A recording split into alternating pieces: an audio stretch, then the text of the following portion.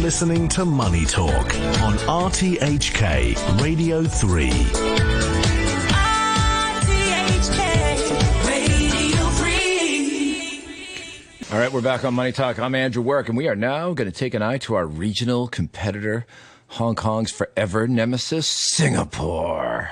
But we like Michael Switow, the Singapore-based author and financial commentator. He is a book coach, and now he is a publisher. Michael Switow, welcome to the show.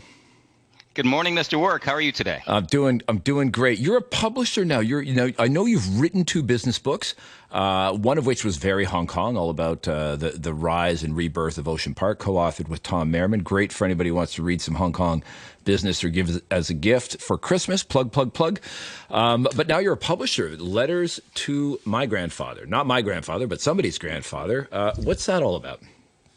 This is an absolutely awesome book. The author is a wonderful artist based here in Singapore. She does collage, and it's based on a true story of when her father died and how her son, the grandchild, dealt with that. And it's a wonderful way of staying in touch with someone who you love.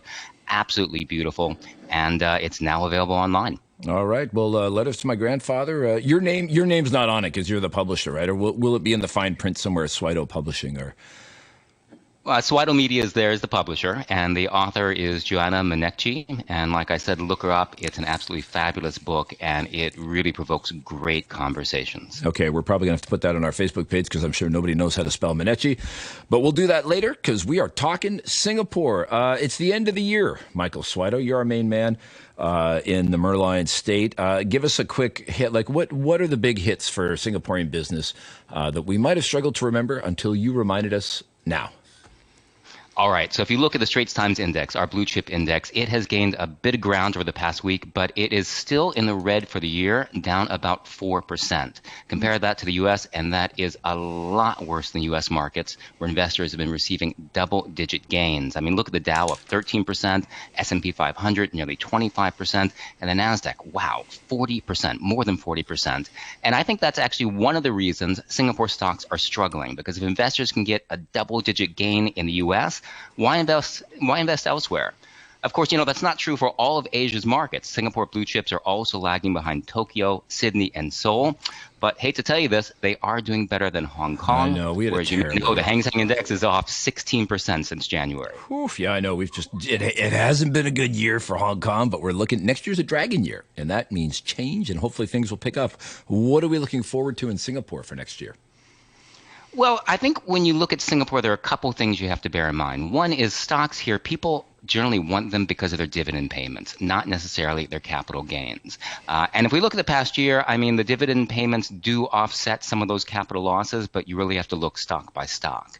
The other thing is, I think more often than not, the Straits Times Index rallies in the first part of the year, and then it's range-bound after that. In fact, if you look back over the past 3 years, the SCI has basically traded between about 3,000 and 3,350. It's currently not quite at the midpoint of that range, closing yesterday at 3116, and I think that sets us up well for a good rally in the first part of the year.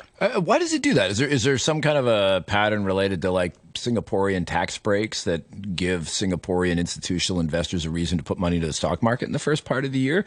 I mean, is there something else at play there? Like, what would drive that trend year on year? I think it's really institutional reshuffling. So it's the end of the year, beginning of the year, where you have institutional investors who are saying, okay, where are we going to put our money?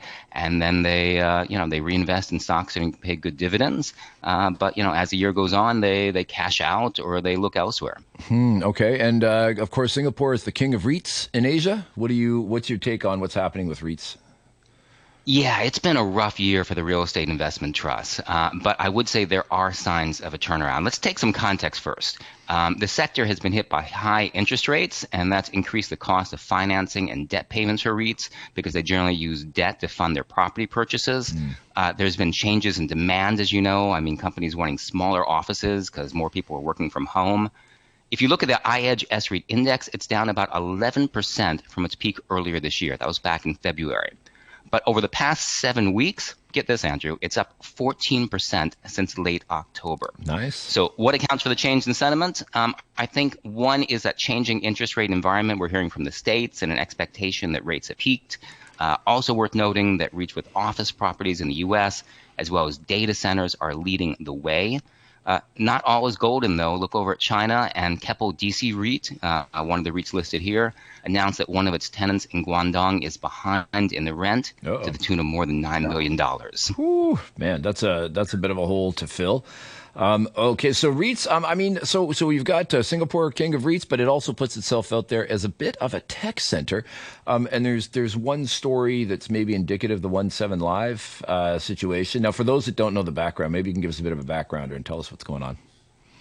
Okay, so 17 Live, it's a company which is streaming media, live streaming, and it went public about 2 weeks ago here in Singapore, and it's the first company to start trading via SPAC. Do you remember SPACs? Those are the special purpose acquisition companies. Yeah, they were. These. I remember them. They were hot, and I thought they were kind of done. But are they making a revival in Singapore? Is it a different form, or is this a one-off? Well, Andrew, when you say they were hot and when you say they're done, I think you are right on both counts. I mean, they were so popular in the U.S. about 2 to 3 years ago, and then they ran out of steam amid increased investor scrutiny.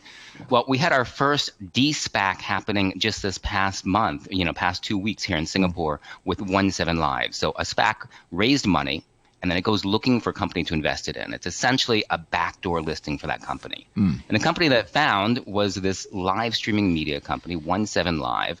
It had an IPO price, an initial trading price, I should say, of about $5 a share. It's currently at about $1.56. That's a 70% drop. And what's clear here is that the companies who initially invested in it, well, they cashed out. Take the cornerstone investor, Fullerton Fund Management. It redeemed all of its shares. So this is not a good sign for SPACs, and it's not really a good sign for tech either. And because Singapore was trying to bring more tech companies here, you see this happen, and well, it's fallen flat on its face. Oy, not good. So, okay, so if we see people de-SPACing, maybe hands off. That's maybe somewhere you don't want to go, is what you're telling me.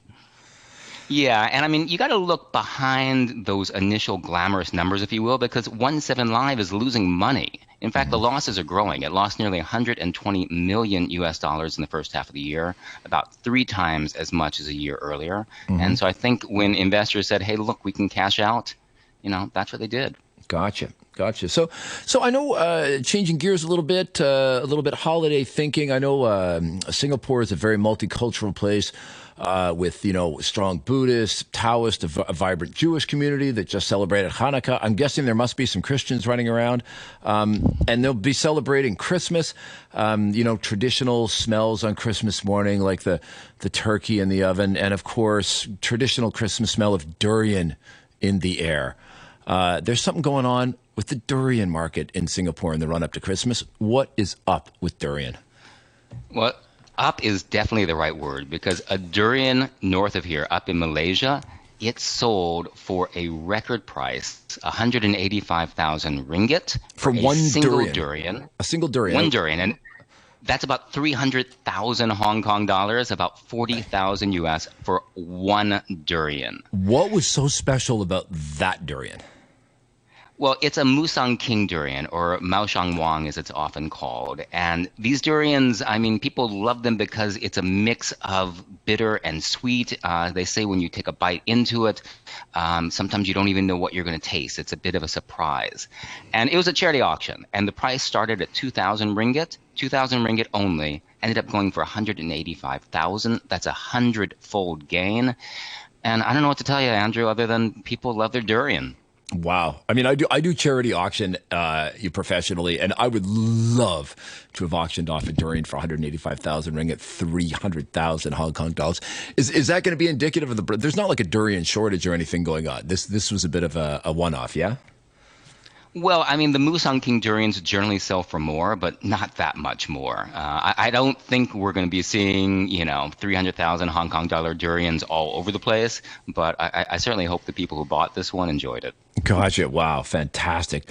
Hey, we've got about 30 seconds left. If you had to give us your number one prediction for Singapore business for 2024, what would it be? We're asking people for a hard prediction. A hard prediction, I'm going to say that REITs, if you dive down and look at the right ones, that they are going to do well in 2024. And I'll just share DBS Research, they Mapletree Pan Asia Commercial Trust. as well as OUE Commercial REIT. So there you Maple go. Tree Two Plantation. stocks to look at. All right, an OUE. Thank you very much. Michael, having you close out my last Money Talk of the year has just made it all worthwhile. Thank you so much. That is Michael Switow, author, publisher, financial journalist. Thank you very much for joining us.